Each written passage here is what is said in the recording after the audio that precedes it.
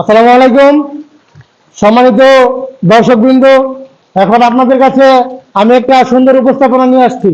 ঠিক আছে, আমাদের হারিস ভাই ওরফে লাডি, ঠিক আছে, ওনার কাছ থেকে আমরা একটা কথা জানতে চাইব যে বর্তমানে জামানায় সবচেয়ে বেশি মিথ্যা কথা বলে কে, নারী নাকি পুরুষ?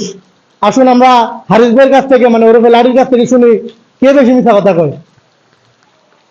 হারিস ভাই, তোমার কাছে আমার প্রশ্ন, বর্তমানে নারী আর পুরুষের মধ্যে সবচেয়ে বেশি মিথ্যা কথা কয় কারা?